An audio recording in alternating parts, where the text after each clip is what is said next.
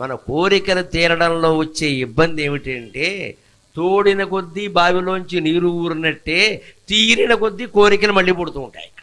పిల్లలు పుట్టలేదు అనుకోండి, పిల్లలు పుట్టలేదు అంటారు. పిల్లాడు పుట్టాడు అనుకోండి, ఏమిటో వాడు అనారోగ్యంగా ఉన్నాడు అంటారు. వాడు ఆరోగ్యంగా కూడా ఉన్నాడు అనుకోండి, బళ్ళో చేర్చి ర్యాంక్ రాలేదు అంటారు. ర్యాంకు కూడా వచ్చింది అనుకోండి, ఇప్పుడేముంది ఇంటర్మీడియట్లో ర్యాంక్ రావాలంటారు. ఇంటర్మీడియట్లో కూడా ర్యాంక్ వచ్చింది అనుకోండి, ఎంసెట్లో రావాలంటారు. ఎంసెట్లో కూడా వచ్చింది అనుకోండి, మెడిసిన్లో సీట్ రావాలి, ఇంజనీరింగ్లో సీట్ రావాలంటారు. అందులో కూడా వచ్చింది అనుకోండి, తర్వాత మంచి ఉద్యోగం రావాలంటారు. మంచి ఉద్యోగం కూడా వచ్చింది కానీ టీసీఎస్లో రాలేదు, ప్యాకేజీ తక్కువ అంటారు.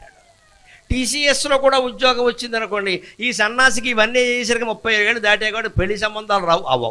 మా అబ్బాయికి పెళ్ళి అవ్వట్లేదు. జీవితంలో ఏదైనా ఒక చిన్నది సాధించగలిగినా చాలు అన్నారు.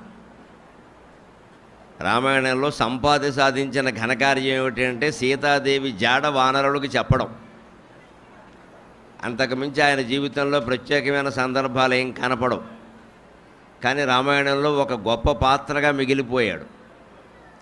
జటాయువు సాధించిన ఘన విజయం ఏమిటంటే సీత కోసం రావణాసుడితో యుద్ధం చేయడం. జటాయువు గొప్ప పాత్రగా ఉన్నాడు. సరే, జటాయువు ఉన్నాడంటే అర్థం ఉంది, ఆయన ప్రాణాలకు తెగించి పోరాడాడు. సంపాతి అటువంటి పని ఏం చెయ్యాల, కేవలం సీతాదేవి జాడ వానరులకు చెప్పాడు. ఆ ఒక్క మహత్తరమైన కారణంగా అతను రామాయణంలో ఒక ముఖ్య పాత్ర అయ్యాడు. ఆ సందర్భంలో మనం కూడా జీవితంలో ఏ చిన్నది సాధించినా చాలు, ఆ జీవితం ధన్యమైనట్టే.